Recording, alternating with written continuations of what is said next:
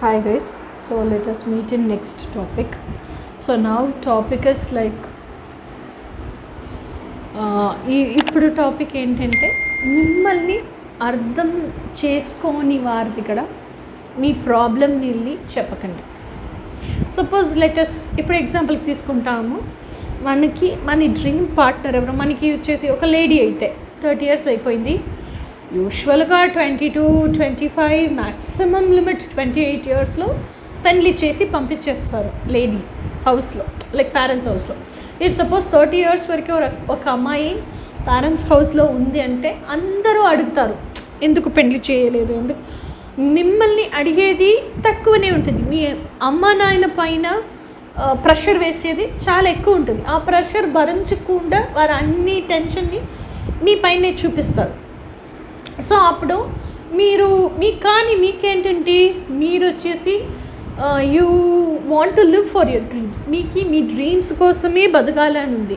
ఆ డ్రీమ్లో ఉండే ఆ లైఫ్ స్టైల్, ఆ డ్రీమ్ లోపల మీరు పెట్టుకునే ఇల్లు, ఆ ఇల్లు లోపల మీరు బతికే ఆ లైఫ్, ఆ బతికేనప్పుడు మీకుందే ఆ డ్రీమ్ పార్ట్నర్, ఇదన్నీ మీకు రియాలిటీలో కావాలి. సో రిలేషన్షిప్ అనేది మీ డ్రీమ్స్లో ఏం పెట్టుకున్నారో సేమ్ ఎగ్జాక్ట్ అదే, లైక్ కూడా కాదు, అది మాదిరి కావాలా కూడా కాదు, ఎగ్జాక్ట్గా అదే కావాలి. సో మీకు ఇంత అంబిషియస్గా ఉంటున్నారు. నాకు ఆ రిలేషన్షిప్ వచ్చేసి నా డ్రీమ్ రిలేషన్షిప్ రియాలిటీగా ఉండేటట్టు రిలేషన్షిప్ కావాలి. సో నాకు 30 అయితే ఏంటి, 35 అయితే ఏంటి, అట్లా ఒక అబ్బాయిని చూసేంతవరకు నేను పెళ్లి చేసుకోవాలి. This is your determination, your commitment for your self, good. కానీ ఇప్పుడు ప్రశ్న ఎక్కడ వస్తుందంటే, దీన్ని మీ పేరెంట్స్ అర్థం చేసుకోలేదు, మీ చుట్టూ ఉండే మీ రిలేటివ్స్ ఎవరు అర్థం చేసుకోలేదు. ఓకే, అర్థం చేసుకోలేదు అనేదికైనా లైక్ ఇన్స్టెడ్ ఆఫ్ దాట్ వారికి అర్థం చేసుకోవాల్సిన అవసరం లేదు. ఎందుకంటే ఇప్పుడు మీరు ఉంటున్నారంటే మిమ్మల్ని వార్ మైండ్ స్పేస్లో ఎట్లా పిక్చరైజ్ చేసి పెట్టినారో అట్లాగే వారికి కావాలా. మీ రియాలిటీ ఏంటో, మీ ఇన్నర్ ఎసెన్స్ ఏంటో, మీతో ఒరిజినల్ ఆథెంటిక్ సెల్ఫ్ ఏంటో అది వారికి అవసరం లేదు. ఎందుకంటే అది that is not what they are expecting. వారికి ఏంటంటే వారి మైండ్ స్క్రీన్లో మిమ్మల్ని ఎట్లా పెట్టుకొని ఉంటారో నువ్వు ఎవరిగా కూడా ఉండిగడిపో, నువ్వు ఇట్లా నా కోసం చేంజ్ అయ్యి, లైక్ నేను ఎట్లా ఎక్స్పెక్ట్ చేస్తానో అట్లాగే నువ్వు నేను చూసేటప్పుడు నువ్వు అట్లాగే బిహేవ్ చేయాలి అనేది వారి పాయింట్. ఎట్లా ఉండేవారు, ఎట్లా మిమ్మల్ని అర్థం చేసుకుంటారు, let it be your mother, let it be your father, whom ever it is, ఎట్లా మిమ్మల్ని అర్థం చేసుకుంటారు, చేసుకోరు. మీ రోల్ ఏమో ఆ రోల్ని మీరుగా ఉండి ప్లే చేసే దాంట్లో వారికి ఇష్టం లేదు. మీ రోల్ని వారు ఎట్లా ఎక్స్పెక్ట్ చేస్తారో ఆ ఎక్స్పెక్టేషన్స్ మీరు మీటప్ చేసేటట్టు ప్లే చేయాలి. సో ఇట్లా ఉండేవారు మిమ్మల్ని అర్థం ఇప్పుడు కాదు ఎప్పుడు చేసుకోరు. ఎందుకంటే మిమ్మల్ని వారు అర్థం చేసుకోవాలా అనేది వారి హిస్టరీలోనే లేవు. ఓకే, సో ఇట్లా వారి దగ్గరికి మీ డ్రీమ్స్ గురించో, మీ డ్రీమ్ పార్ట్నర్ గురించో దయచేసి మాట్లాడకండి. Don't talk. ఎందుకంటే ఇఫ్ సపోజ్ మీరు మాట్లాడేదానికి వెళ్తే మీరు చెప్పేస్తారు, వారు మంచి మూడ్ ఉండేటప్పుడు అన్నీ మీ దగ్గర నుంచి గ్రాప్ చేసి లోపల పెట్టుకొని ఏం చేస్తారంటే, ఓ మై గాడ్, మన ఇల్లు పరిస్థితి ఏంటి, మన ఇల్లు బరువు ఏంటి, మన ఫ్యామిలీ ప్రెస్టీజ్ ఏంటి, మన ఫ్యామిలీకి సొసైటీలో మనకి ఎంత ఒక స్టేటస్ ఉంది, ఇంతవరకు మన సోషల్ ఇమేజ్ ఎంత ఇంపార్టెంట్, ఇది తన డ్రీము, అది ఇది అని చెప్పేసి ఏంటేంటో చెప్తుంది. ఇదన్నీ మనము ఎన్ని సంవత్సరాలు, ఇన్ని జనరేషన్ ఆఫ్టర్ జనరేషన్గా మనము ఇంత పదుసుగా కాపాడుకొని వచ్చిందన్నీ ఇది చెప్పే ఆ డ్రీమ్లో అన్నీ నాశనం అయిపోతుందే.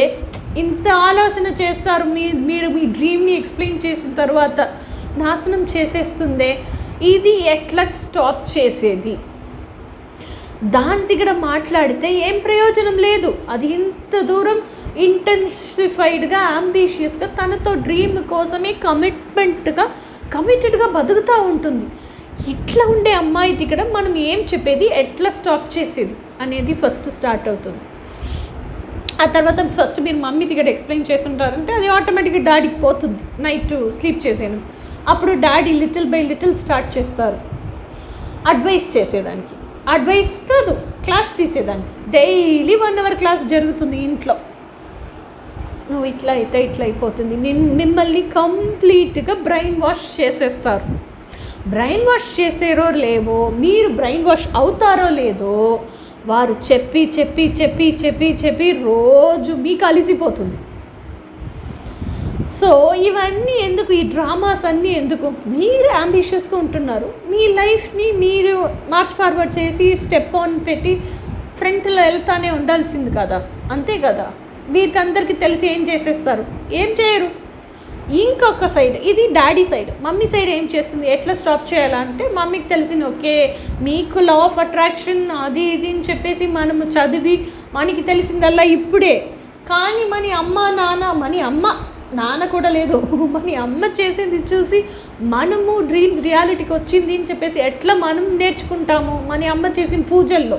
So that puja seat in scientific way ఎట్లా చూసేదంటే ఫోకస్, కాన్సన్ట్రేషన్, నాకేంటి కావాలో అది విజువలైజ్ చేసుకొని దేవుడి దగ్గర అడుగుతున్నాను. వారు దేవుడిని ఒక ఉరుగం పెట్టుకున్నారు, మనం లా ఆఫ్ అట్రాక్షన్లో యూనివర్స్ దగ్గర అడుగుతున్నాము, అంతే డిఫరెన్స్ కదా.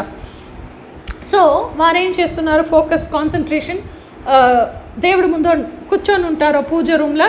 వారికి ఏం కావాలో వారు చెప్పే స్లోగన్ నుంచి అన్ని దాంట్లో అది నోరు చెప్తూ ఉంటుంది, కానీ వారి విషన్ మటు చేంజ్ అవ్వదు. ఆ విషన్లో అదే పెట్టుకొని ఉంటారు, అది కావాలని చెప్పేసి ఈ పనులన్నీ చేస్తున్నారు. అది ప్రపంచంకి అర్థమైపోతుంది కదా, వారికి ఏంటి కావాలో అది ఇచ్చేస్తుంది. అప్పుడు మీరు ఈ డ్రీమ్ లైఫ్ మీకు బాగా నచ్చింది, కానీ ఎవరికి నచ్చట్లేదు. వారి థింకింగ్ అన్ని ఫ్యామిలీ ప్రెస్టీజ్లోనే ఉంది. సో ఇది జరగకూడదు.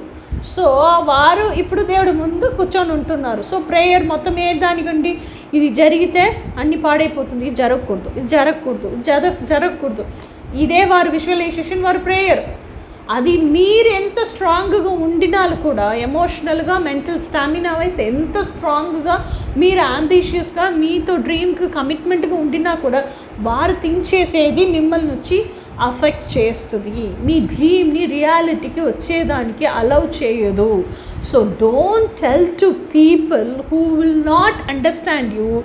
అండ్ మీ డ్రీమ్స్ రియాలిటీకి వస్తే వారికి ఎంత ఫ్యామిలీ ప్రెస్టీజ్ అఫెక్ట్ అవుతుంది. వారు సెల్ఫిష్గా థింక్ చేస్తా వారు ఉంటున్నారు కదా, వారికి చెప్పకండి. అది ఎవరైనా సరే, ఇది let it be your mother, father, whom ever it be, వారికి వారి ఫ్యామిలీ ప్రెస్టీజే ముఖ్యం. తనతో కొడుకుతో సంతోషంకైనా ఎక్కువ ఫ్యామిలీ ప్రెస్టీజే ముఖ్యం. Then why do want to tell? ఎందుకు చెప్తారు? మీరు చెప్పేటప్పుడు వారికి కూడా చాలా ఇంట్రెస్ట్ ఉండేనట్టు అన్ని గ్రాప్ చేసి పెట్టుకుంటారు. So do not tell. ఇదేది మీ ఫ్రెండ్స్కి చెప్పిన వాళ్ళు ప్రయోజనం లేదు. అంటే నేను ఎట్లా మ్యామ్ ఎక్స్ప్రెస్ చేయకుండా ఉండేది? మీ ఫ్రెండ్స్కి చెప్పినాలి. మీ friends they are also like us only. మనల్ని ఎట్లా చిన్న వయసు నుంచి ఇప్పుడు దాకా సోషల్ కండిషనింగ్ అన్నీ నేర్పించి like they brought up us. Same thing with our friend also. దానికి కూడా అర్థం అవ్వదు, తనకి ఆశ ఉంటుంది, తనకి ఇట్లా ఒక ఫ్రెండ్ అయినా కావాలనే విష్ ఉంటుంది, అన్నీ ఉంటుంది. కానీ అదేం చెప్పేస్తుంది? ఇది అన్నీ ఉంటుంది, ఇది అన్నీ రియాలిటీకి వస్తుందా? మనకి పెళ్ళి అయిపోయింది, ఇది మనీ లైఫ్ ఏంటో ఇదే. ఇది ఇప్పుడు నేను మాట్లాడతాను, నెక్స్ట్ మూమెంట్ ఇంట్లో పోయి నేను వెసల్స్ క్లీన్ చేయాలి, ఇదే మనీ బతుకు. సో దానికి ఎట్లా నువ్వు అడ్జస్ట్ చేసుకొని బతకాలో అది చూడు. అది వదిలేసి ఎందుకు ఈ డ్రీము అది ఇది అన్నీ మాట్లాడుతూ ఉంటే నీ టైం, ఎనర్జీ, ఎమోషన్ అన్నీ వేస్ట్ చేస్తూ ఉంటావు అని చెప్పేసి వెళ్ళిపోతుంది.